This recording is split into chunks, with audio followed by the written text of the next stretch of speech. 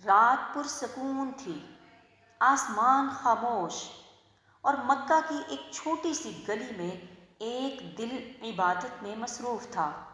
یہ رات عام رات نہ تھی، یہ وہ لمحہ تھا جس میں زمین آسمان سے ملی۔ یہ وہ ساعت تھی جب انسان کی روح آسمانوں کے دروازے تک پہنچی۔ یہ وہ لمحہ تھا جس میں اللہ نے نبی کریم صلی اللہ علیہ وسلم کو اپنی قدرت کا مشاہدہ کروایا۔ یہ معراج سے پہلے کا زمانہ تھا جب نبی کریم صلی اللہ علیہ وسلم کا دل غموں سے بھرا ہوا تھا۔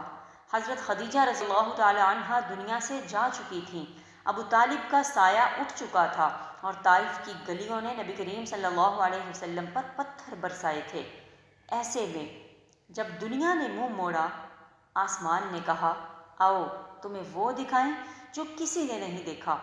یہ وہ لمحہ تھا جب رب نے اپنے محبوب صلی اللہ علیہ وسلم کو بلایا، تسلی دینے، قربت عطا کرنے اور امت کو عزت دینے کے لیے۔ نبی کریم صلی اللہ علیہ وسلم بیت اللہ کے پاس آرام فرما رہے تھے کہ جبرائیل علیہ السلام تشریف لائے۔ ان کے ساتھ ایک نورانی سواری تھی، براق جو بجلی کی رفتار سے بھی تیز، جس کا ہر قدم نگاہ کی انتہا پر پڑتا تھا۔ نبی کریم صلی اللہ علیہ وسلم اس پر سوار ہوئے اور یوں سفر معراج کا آغاز ہوا۔ زمین کے سینے پر سے گزر کر پہاڑوں، وادیوں، دریاؤں اور شہر انبیاء سے گزرتے ہوئے آپ صلی اللہ علیہ وسلم مسجد اقصی پہنچے۔ وہی مسجد جہاں کبھی حضرت داؤد علیہ السلام نے عبادت کی تھی، جہاں حضرت سلیمان علیہ السلام نے جنات سے دیواریں تعمیر کروائیں، جہاں انبیاء نے اللہ کے حضور سجدے کیے۔ نبی کریم صلی اللہ علیہ وسلم مسجد اقصی میں داخل ہوئے، جہاں اللہ کے تمام نبی پہلے سے موجود تھے۔ یہ وہ اجتماع تھا جو کبھی زمین پر نہیں ہوا۔ حضرت ابراہیم علیہ السلام، حضرت موسیٰ علیہ السلام، حضرت عیسیٰ علیہ السلام، حضرت داؤد علیہ السلام، حضرت سلیمان علیہ السلام، یحییٰ علیہ السلام، زکریا علیہ السلام، سب موجود تھے۔ اور پھر سب نے نبی کریم صلی اللہ علیہ وسلم کو آگے بڑھایا اور کہا، اے محمد صلی اللہ علیہ وسلم، آپ ہی امام ہیں۔ نبی کریم صلی اللہ علیہ وسلم نے تمام انبیاء کی امامت کروائی۔ ایک سجدہ جس میں تمام رسالتیں ایک ساتھ جھک گئیں۔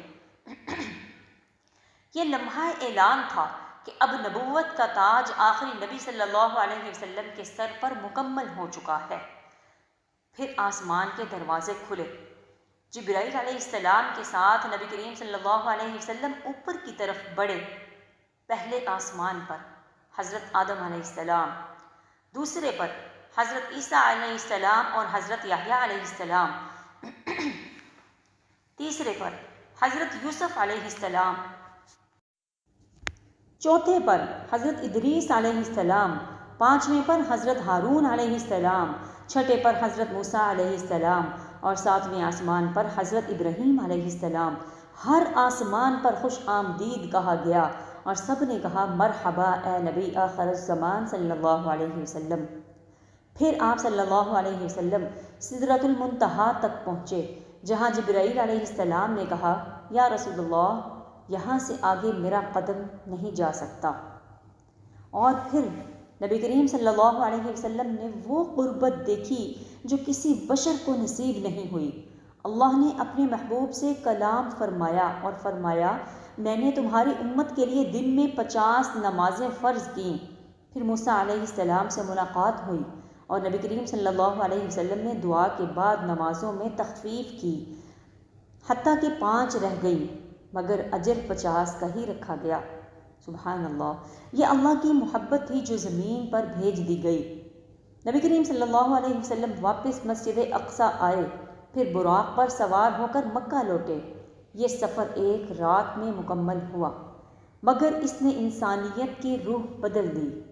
یہ رات اعلان تھی کہ ایمان، نماز اور قربت، یہی وہ راستہ ہے جو آسمان تک لے جاتا ہے۔ سورۃ النجم آیت نمبر 3-4۔ وَمَا يَنطِقُ عَنِ الْهَوَىٰ إِنْ هُوَ إِلَّا وَحْيٌ الضحى۔